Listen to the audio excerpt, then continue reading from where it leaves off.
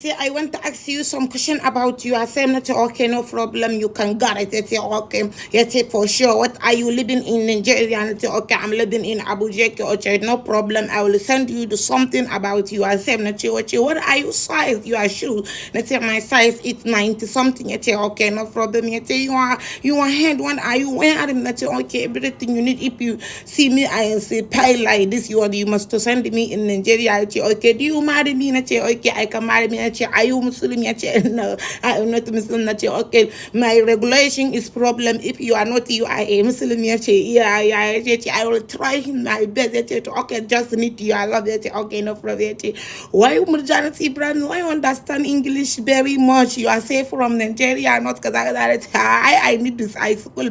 What high school do you want? I school in Germany. I school in Afghanistan. I tell him the truth.